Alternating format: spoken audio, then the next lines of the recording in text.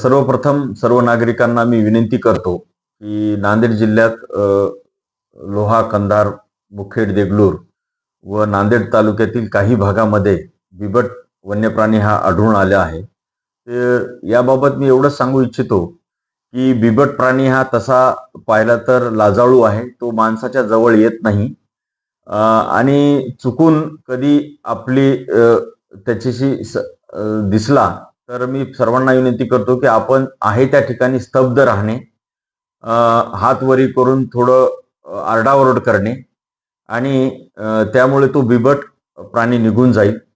तसेच आपल्याकडे ज्यावेळेस आपण शेतामध्ये जासाल रात्रीच्या वेळेस शक्यतो समूहाने जाणे, टॉर्च घेऊन जाणे, मोबाईलचा आवाज, गाणी ऐकत जाणे, जेणेकरून तो बिबट प्राणी त्या भागातून आपल्याकडे येणार नाही। तसेच शेतकरी बांधवांना मी विनंती करतो की जे पाळीव प्राणी आहेत ते गोठ्यातच बांधावे, उघड्यावर बांधू नये आणि गोठ्यामध्ये प्रकाश ठेवावा। त्याच्यानंतर उघड्यावर शेतामध्ये जागली करता झोपू नये आणि फारच गरज असेल तर मचानवर लाईट लावून समूहाने झोपावे आणि शाळेमध्ये विद्यार्थी जात असतील तर समूहाने जायला पाहिजे, थोडे गुणगुणत गेलं तर चांगलं राहील।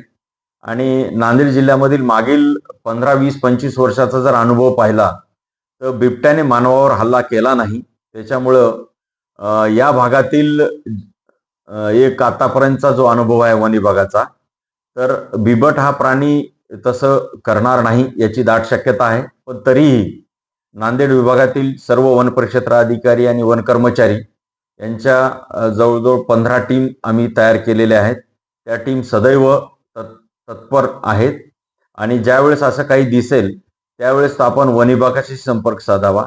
याच एक मुद्दा म्हणून मला सांगायचं आहे आपल्याला सर्वांना की बरेच काही लोक फेक व्हिडिओ करतायत आणि तोच व्हिडिओ दाखवतायत की हा इथं आला तिथं आला।